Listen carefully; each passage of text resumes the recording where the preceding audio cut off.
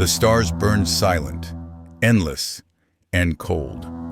A lonely planet circled a dying sun. From the spaceship, it appeared black, as if it swallowed light. The ship's crew stared at it, uneasy. "Why is it so dark?" someone asked, trembling. The scanners showed no reflection, no atmosphere. The captain laughed and ordered the crew to begin the landing. The planet waited, patient and still. Their boots touched the surface. The ground crumbled like ash. No wind, no sound, just silence. One astrobiologist felt reality begin to shift around him. Another astrobiologist knelt down and touched the soil, his fingers sinking into the strange earth. Without warning, a broken spire rose from the ground, ancient and crumbling. One astronaut reached out to touch it.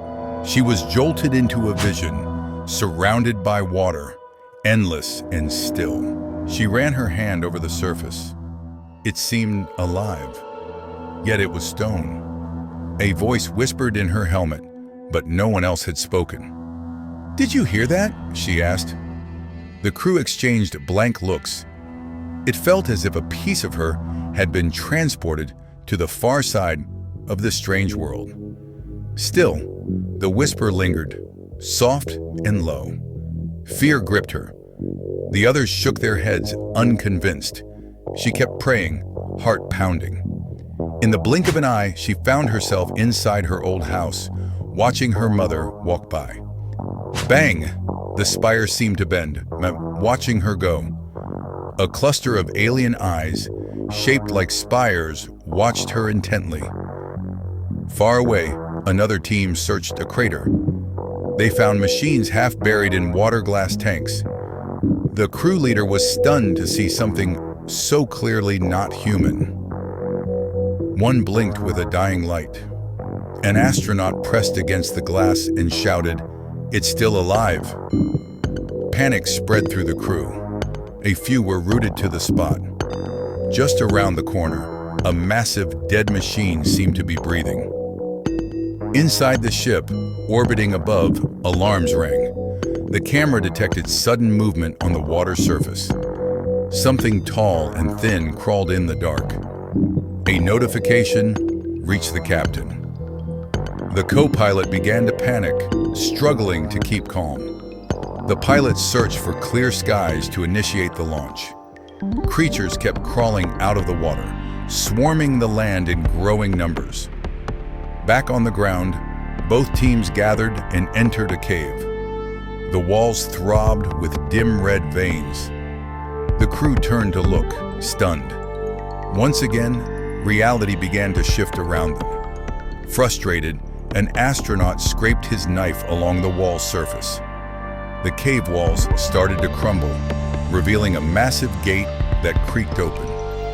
The cave housed a blood-red waterfall, flowing with the rhythm of something alive. "This place is wrong," an astronaut whispered, eyes wide. Still, they went deeper.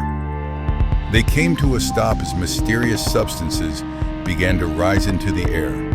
Lucid dreams blurred the astronaut's sense of reality. "Stay together," the group leader said. But someone had already vanished. The girl astrobiologist. A known voice called in the distance. The leader ordered a small team to follow the mysterious voice. The girl astrobiologist collapsed, lying almost lifeless on the ground.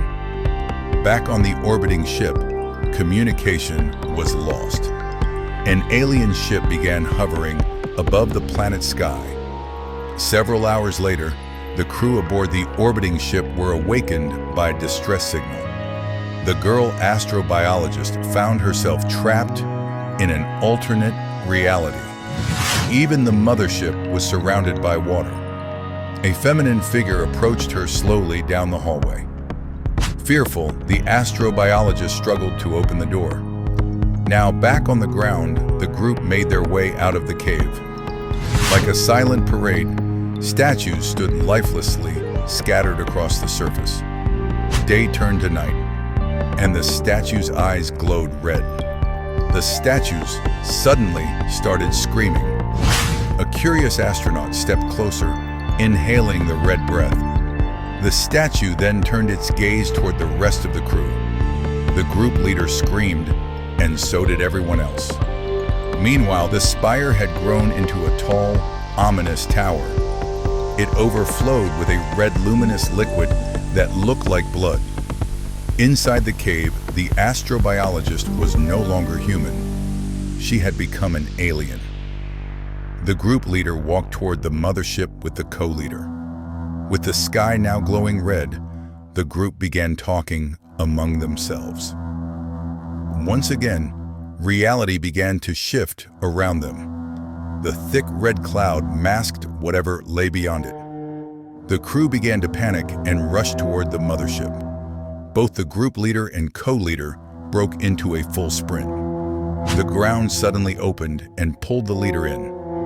The co-leader struggled to pull him free, but the leader's skin shifted, turning alien. Slowly, the earth consumed the leader, as if devouring him. Spires erupted from the earth, forcing the crew to run for their lives. The captain, filled with regret, whimpered softly to himself. From the orbiting ship, the pilot spotted something strange. The alien ship approached steadily, drawing nearer. The pilot froze, overwhelmed by shock at the sight.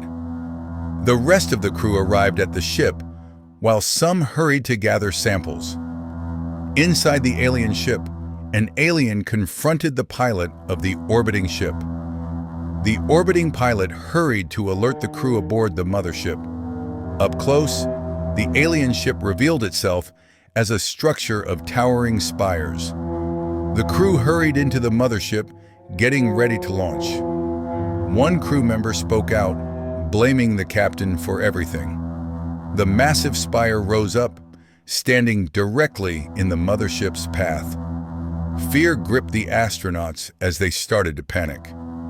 Helpless, the crew watched the mothership crash into the spire, while a crew member asked, "Why?